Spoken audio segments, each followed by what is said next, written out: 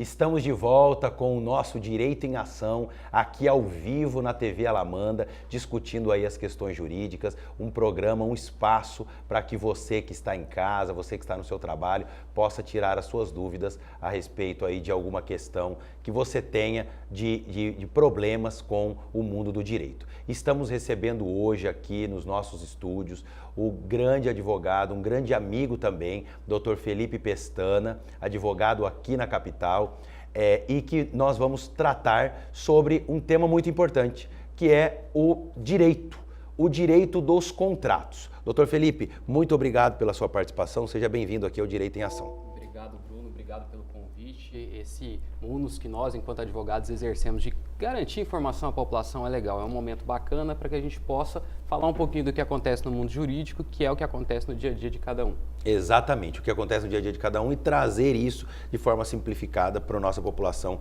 que nos assiste nesse momento. Eu gostaria, hoje, o nosso programa foi sobre os contratos. Então nós trabalhamos os contratos, você como um advogado militante aqui na capital e no estado de Rondônia, também eu gostaria que o senhor trouxesse para a população quais são as demandas mais corriqueiras, as demandas mais comuns a respeito desses contratos de compra e venda ou então de prestação de serviços na prática. O que mais acontece e quais são os pontos que a população deve aí se atentar mais? Bruno, teve uma das participações que me chamou a atenção sobre o compromisso que a construtora assume quando eu compro o imóvel na planta, o apartamento na planta. E a gente sabe que aqui em Porto Velho teve uma demanda muito grande desse tipo de negócio e isso fez com que o Poder Judiciário também se debruçasse muito sobre isso. Atrasou a obra. E nós também estamos numa região amazônica que, porventura, muita chuva, muita situação, a dificuldade de chegar em insumo faz com que as obras se atrasem. E aí, esse risco da atividade é de quem? De quem ofereceu ou é meu, enquanto consumidor que adquirir aquilo? Isso chegou no Poder Judiciário e a informação legal para a população atentar que o contrato, além da importância toda que você narrou, muitas vezes tem a informação ali de que o eventual atraso pode se ocorrer.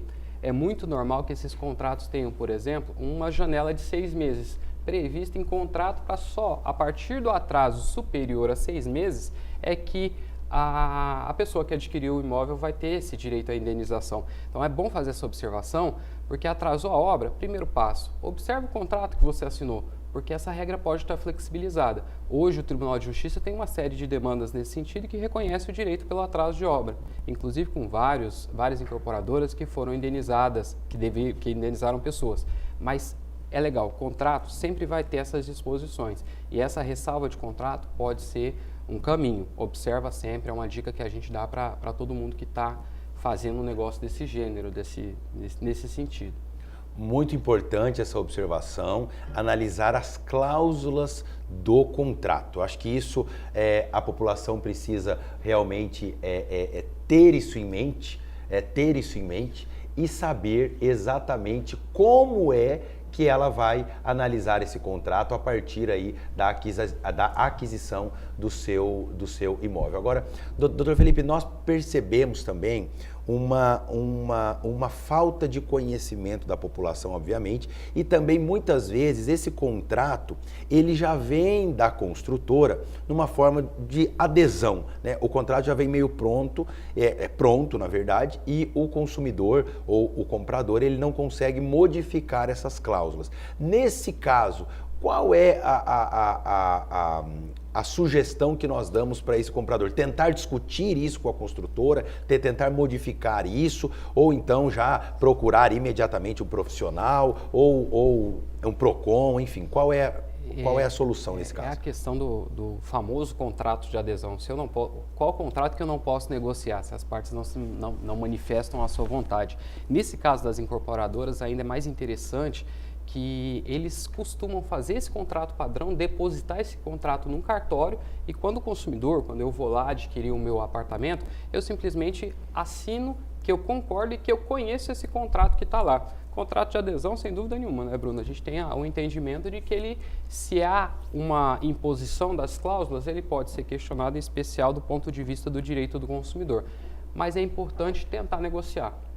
Tentar deixar isso claro. No momento em que a empresa, a incorporadora, ou até num contrato de consumo, a empresa quer vender, muitas vezes ele pode flexibilizar. E a barganha do consumidor em tentar impor a vontade dele ou negociar isso, pode ser que ocorra. Contrato de adesão, questionamento é mais simples na justiça e é possível. Incorporadora, hoje em dia, é muito normal que eles chegam com um prato pronto, como a gente diz no dia a dia, e o consumidor é obrigado a aceitar. Contrato que é imposto é questionado na justiça. Olha só, o contrato imposto, principalmente a você consumidor, a você comprador, que é geralmente a parte mais fraca, ele vai ser questionado judicialmente. O Poder Judiciário tem um olhar muito crítico a respeito desses contratos, até porque não houve uma participação, né, doutor Felipe, do comprador na elaboração e na discussão daquele contrato. E nós temos não só esse tipo de contrato de compra e venda, nós temos um problema muito sério em relação a esses contratos de adesão, já que nós entramos no tema, com as empresas de telefonia. Que muitas vezes elas vendem, prometem uma velocidade da internet ou prometem um plano de celular e muitas vezes o celular não funciona da maneira adequada. Nesse caso, pior ainda, porque aí eu não consigo discutir com a empresa de telefonia. Eu simplesmente chego até a loja, eles já me imprimem o contrato, eu assino, eu não tenho nem esse movimento de discussão. Um momento de negociação. Eu não tenho esse momento de negociação. Então, nesse caso também, é importante, até gostaria de ouvi-lo nesse sentido, que a população fique atento e pelo menos tente ler o contrato, mesmo sem entender as cláusulas aí no aspecto jurídico. Né? A importância de você conhecer o instrumento, ainda que você não possa negociar, é ponto, isso é muito necessário. E, assim, a obrigação que existe do Código de Defesa do Consumidor é que você forneça, você fornecedor, prestador de serviço, forneça esse contrato e mantenha, inclusive, o exemplar do Código de Defesa do Consumidor. A gente não sabe até que ponto que a população consegue usufruir desse benefício que a lei garante. Mas puxando ainda dentro desse assunto, Bruno, falou da questão da telefonia, me surgiu uma outra prática que a gente pode aproveitar a oportunidade para chamar a atenção dos nossos consumidores, enfim. A questão da venda casada nesse contrato. Porque é muito normal, a gente contrata a internet, só que a operadora de celular condiciona.